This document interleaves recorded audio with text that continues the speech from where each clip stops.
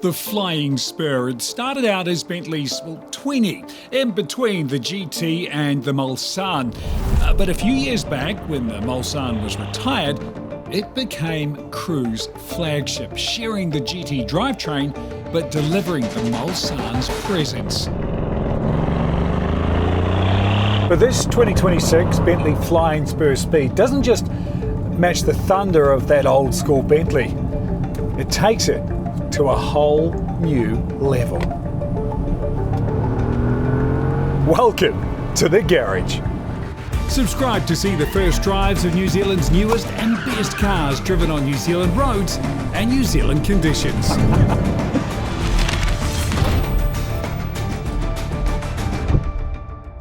Saying the new Flying Spur out Mulsanne's, Bentley's former flagship, does sound like a, pretty sweeping statement, but it's also pretty easy to verify. The most powerful Mulsanne Speed had 530 horsepower. The Spur Speed, 771. Now, if you think that sounds like a lot for a car that is a limo, would you look at this? How plush is this? These seats reclined? You'd be right, but in the hands of an F1 world champion, this car is a track weapon in the shock and awe sense.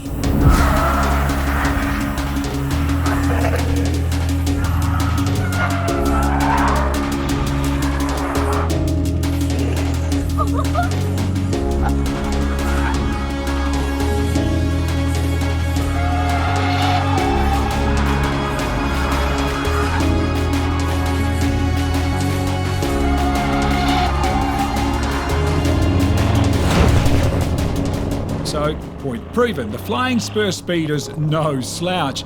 Although we don't plan on sliding this car here in the South Island's Craigieburn Valley. Although I can vouch for the fact that you don't need to be a former F1 world champion to drift a Bentley.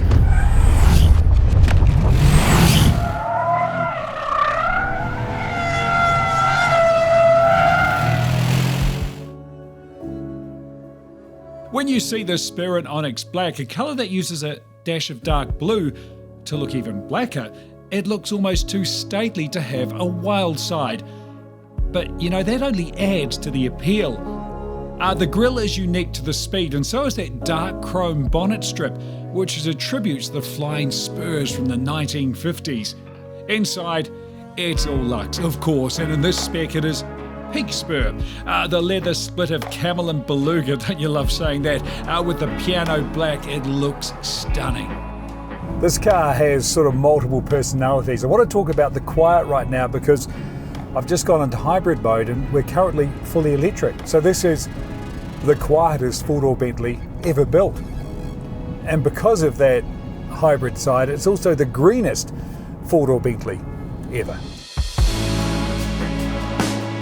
In fact, the last time we were here in this part of the world, we put the hybrid system to the test with the GT Speed delivering, wait for it, 7.5 litres per 100 and a range of over 1,000 kilometres.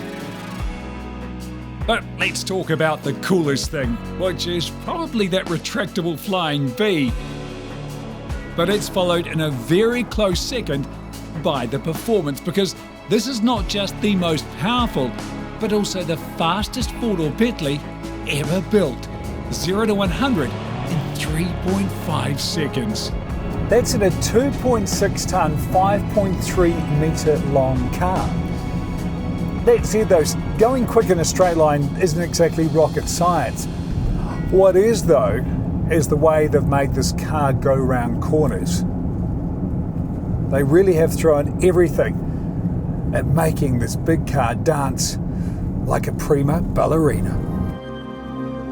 That's because it uses an active chassis with air suspension, active roll bars, four-wheel steering, and this torque vectoring to make it behave like a car that is half the size.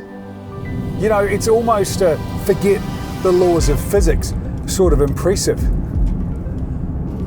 I'm not making that up, and I know this is a limo on the back, but up front, man, this truly is a driver's car. And this Spur Speed has, well, some extra fizz thanks to the Akrapovic Exhaust, which adds not just sound, but an unofficial power boost.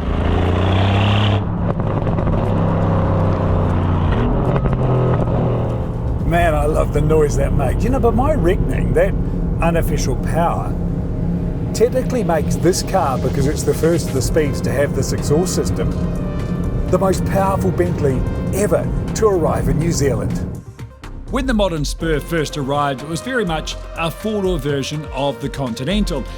A couple of decades on, it has evolved into its own car, although it still has the GT drivetrain, or in this case, the GT Speed drivetrain.